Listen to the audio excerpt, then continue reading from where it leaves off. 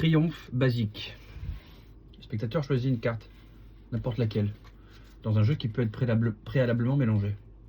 Le spectateur choisit une carte, je vous la montre et je ne la regarde pas. Nous gardons la carte du spectateur ici au milieu du jeu. Et nous voyons qu'elle n'est pas en dessous et nous voyons qu'elle n'est pas au-dessus. On mélange le jeu tout simplement. Et ici on appelle cela un mélange à la française. Pourquoi? Je ne sais pas. Mais c'est un mélange à la française. Une fois fait, on va faire un mélange ici sur table, un mélange américain. En réalité, c'est un triomphe, mais on fait le tour du monde des mélanges. Une fois le mélange réalisé, on procède à un mélange belge.